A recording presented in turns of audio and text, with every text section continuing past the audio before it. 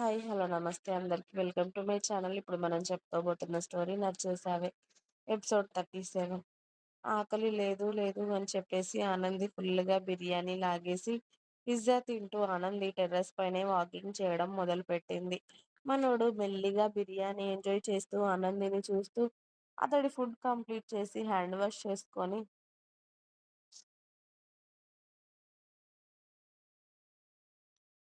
అతడు food complete చేసి hand wash చేసుకొని అక్కడ ఉన్నంత ఫుడ్ అంతా తీసి పక్కన పెట్టి, అతడు కోక్ తాగుతూ "సరిపోయాయా? ఇంకేమైనా తెప్పించనా?" అని అడిగాడు. "ఇప్పటికి సరిపోయిందిలే. మళ్ళీ ఆకలైతే అప్పుడు అడుగుతాను" అని చెప్పింది ఆనంది. "ఇంతకు ముందు ఆకలి లేదు అని చెప్పావు కదే మరి" అని అన్నాడు కృష్ణ. "అది అప్పుడురా, ఇప్పుడు కాదు" అని ఆనంది పాప పిజ్జా లాస్ట్ పీస్ కూడా ఫినిష్ చేసి కృష్ణ కోక్ తాగుతూ ఉంటే అతడి దగ్గరికి వచ్చి అతడు తాగుతున్న కోక్ బాటిల్ లాక్కొని మరీ తాగుతూ ఉంటుంది. అతడు తాగిన బాటిల్‌ని ఆమె పెదాల దగ్గర పెట్టుకొని తాగుతూ ఉంటే మనోడి కళ్ళన్నీ ఆమె పెదాలపైనే ఉన్నాయి. ఆమె అది పూర్తిగా తాగేసి బాటిల్ పక్కకి విసిరేయడంతో ఆమె తడి పెదాలని చూస్తూ కృష్ణ గుటకలు మింగుతూ ఉన్నాడు. ఆమె ఎందుకో ఒక్కసారి కృష్ణ వైపు చూడడంతో కృష్ణ ఆమెనే కన్ను ఆర్పకుండా చూస్తూ ఉంటే, "ఏంట్రా గుడ్లగూబ కళ్ళేసుకొని అలా చూస్తున్నావ్?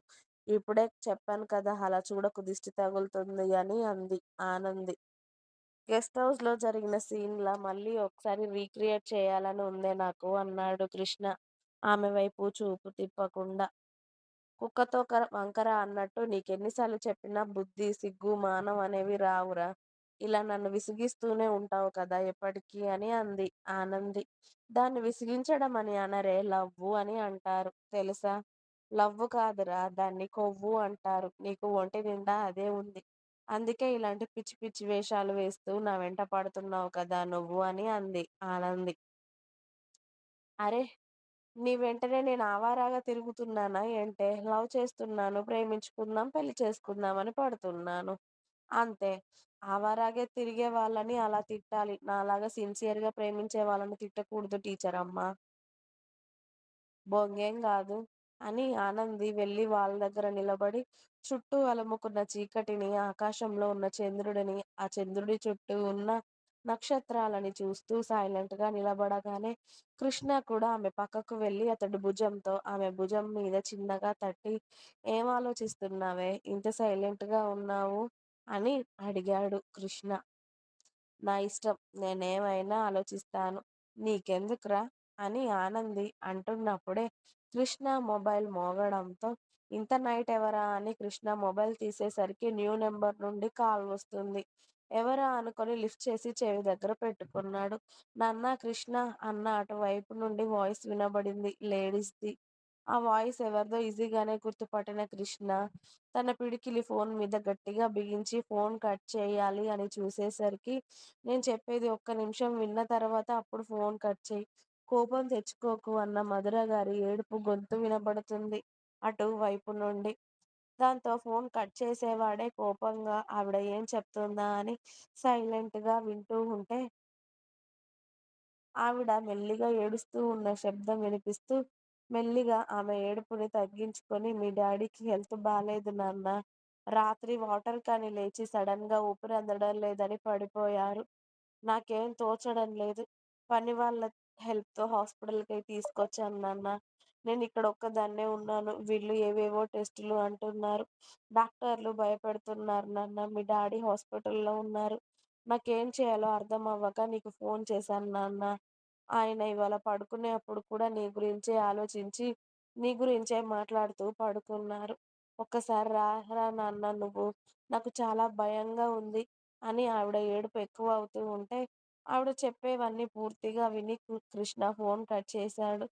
ఫోన్ వచ్చినప్పటి నుండి కృష్ణ మొహంలో కవలికలు, అతడు కోపంగా ఉండడం గమనించిన ఆనంది, కృష్ణ భుజం మీద చేయి వేసి "కృష్ణ ఏమైందిరా" అని అడిగింది.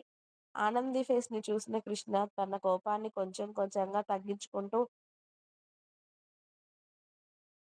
"ఏం లేదు" అన్నట్టుగా తల అడ్డంగా ఊపాడు. "నువ్వేమీ లేదు అనడంలోనే తెలుస్తుంది ఏదో ఉంది అని. నువ్వు నాకు చెప్పకపోయినా పర్లేదు కానీ ఏదైనా నీ అవసరం ఉంది అంటే మాత్రం ఖచ్చితంగా వెళ్ళు కృష్ణ" ఎందుకంటే ఇంత రాత్రి పూట ఎవరు ఊరికే కాల్ చేయరు. నీతో ఏదైనా అర్జెంట్ పని పడితేనే తప్పితే. కాబట్టి ఏదైనా సీరియస్ మ్యాటర్ అయితే వెళ్ళు కృష్ణ. నీ ఫ్రెండ్స్ కాల్ చేశారా? పోనీ అని అడిగింది ఆనంది. కృష్ణ ఆనందిని చూస్తూ ఉన్నాడు కానీ ఏం చెప్పాలో అతడికి అర్థం కావట్లేదు. బయటికి వెళ్ళాలి అని మాత్రమే సమాధానం ఇచ్చాడు కృష్ణ. ఓహ్! అలాగే వెళ్ళరా మరి అని ఆనంది చెప్పగానే కృష్ణ 2 అడుగులు ముందుకు వేశాడు. వెంటనే ఆనంది కృష్ణ చెయ్యి పట్టుకోవడంతో కృష్ణ వెనక్కి తిరిగి అక్కడే ఆగి నిలబడి ఆనందిని చూశాడు. నేను కూడా రానా నీతో పాటు? నువ్వింత టెన్షన్‌గా, కోపంగా ఉన్నావంటే నాకింట్లో నిద్ర కూడా పట్టదు. కనీసం మళ్ళీ నువ్వు ఎప్పుడింటికొస్తావా అని ఎదురు చూస్తూ గడపడమే అయిపోతుంది. ఆ టెన్షన్ పడే బదులు నీతో పాటు వస్తే నాకు కూడా కాస్త టెన్షన్, కంగారు తగ్గుద్ది కదా! నేను కూడా నీతో రావచ్చా? అని ఆనంది అడుగుతుంది అతడిని. ఏమనుకున్నాడో కృష్ణ కూడా. సరేరా అనగానే, "నువ్వు అటునుండి పదరా నేను ఇంట్లోకి వెళ్లి డోర్ లాక్ చేసి వస్తాను" అనగానే, అలాగే అని కృష్ణ కిందికి వెళ్లి బైక్ తీద్దామనుకున్నాడు. కానీ, ఆనంది ఉంది కాబట్టి ఈ చలిలో బైక్ అవసరమా అని చెప్పి బైక్ లోపల పెట్టేసి మళ్ళీ కార్ తీసుకొని బయటికి వచ్చేసరికి, ఆనంది స్కార్ఫ్ కప్పుకుంటూ వచ్చి కారులో కూర్చుంది.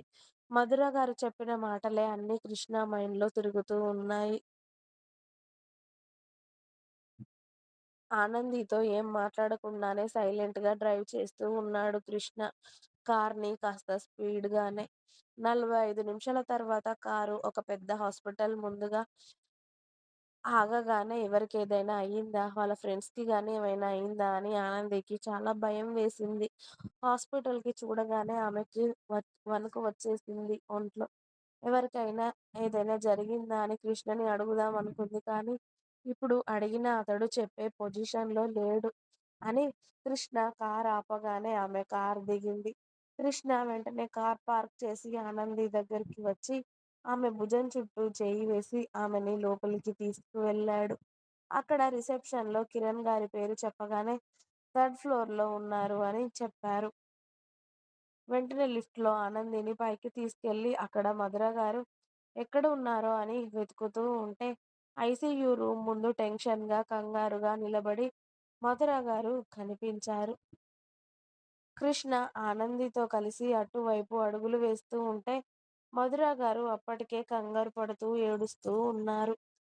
ఏం చేయాలో అర్థం అవ్వక పదే పదే ఐసీయూ రూమ్ వైపు చూస్తూ, కృష్ణ అడుగుల శబ్దం వినిపించగానే అటు చూసేసరికి కృష్ణ కనిపించి, ఆమె ఏడుపు ఇంకా ఎక్కువగా అయ్యి వేగంగా నడుచుకుంటూ వచ్చి కృష్ణని హత్తుకొని, "నాన్న కృష్ణ, మీ డ్యాడీరా నాకు చాలా భయంగా ఉంది" అని కృష్ణని హత్తుకొని ఏడుస్తూ ఉంటారు ఆవిడ.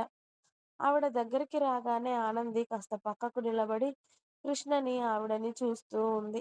ఆవిడ అంత ఏడుస్తూ అతడిని పట్టుకున్నా కూడా కృష్ణ మొహంలో ఎలాంటి భావం కనిపించట్లేదు ఆనందికి. పైగా డాడీ అన్న పదానికి ఆనంది అయోమయంలో పడింది. ఇంకా ఉంది. మీకు నా స్టోరీ నచ్చినట్టయితే నా ఛానల్‌ని తప్పకుండా సబ్స్క్రైబ్ చేయండి.